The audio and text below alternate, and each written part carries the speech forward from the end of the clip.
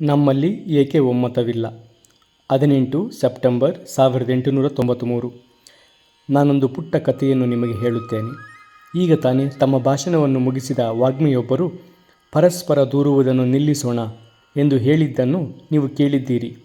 ಇಷ್ಟೊಂದು ಭಿನ್ನಾಭಿಪ್ರಾಯಗಳಿರುವುದು ಈ ಉಪನ್ಯಾಸಕರಿಗೆ ವ್ಯಥೆಯನ್ನು ತಂದಿದೆ. ಈ ಭಿನ್ನಾಭಿಪ್ರಾಯಗಳಿಗೆ ಕಾರಣವೇನು ಎಂಬುದನ್ನು ಸುಂದರವಾಗಿ ನಿರೂಪಿಸುವ ಒಂದು ಸಣ್ಣ ಕಥೆಯನ್ನು ನಿಮಗೆ ಹೇಳುತ್ತೇನೆ.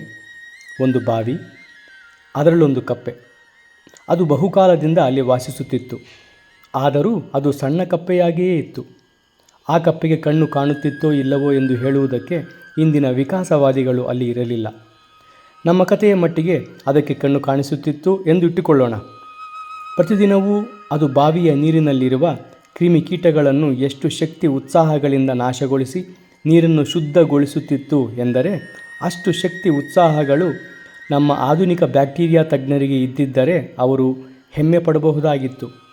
ಹೀಗೆಯೇ ಅದು ಬೆಳೆಯುತ್ತಾ ಸ್ವಲ್ಪ ದಪ್ಪವಾಯಿತು.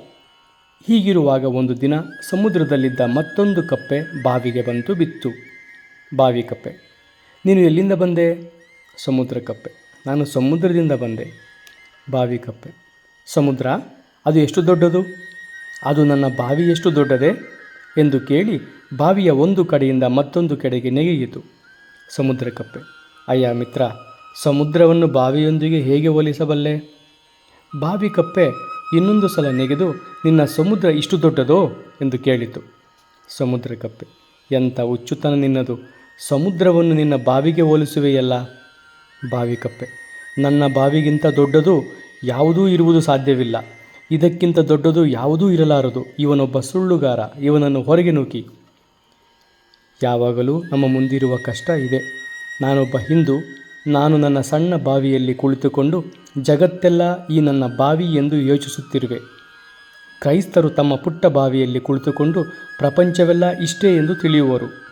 ಮಹಮ್ಮದೀಯರು ತಮ್ಮ ಪುಟ್ಟ ಬಾವಿಯಲ್ಲೂ ಕುಳಿತು ಪ್ರಪಂಚವೆಲ್ಲ ಇಷ್ಟೇ ಎಂದು ತಿಳಿಯುವರು. ನಮ್ಮ ಪುಟ್ಟ ಪ್ರಪಂಚಗಳ ಗೋಡೆಗಳನ್ನು ಹೊಡೆದು ಹಾಕಲು ಮಹತ್ತಾದ ಪ್ರಯತ್ನಗಳನ್ನು ನಡೆಸುತ್ತಿರುವ ಅಮೇರಿಕನ್ನರೇ, ನಿಮಗೆ ನನ್ನ ಕೃತಜ್ಞತೆಗಳು.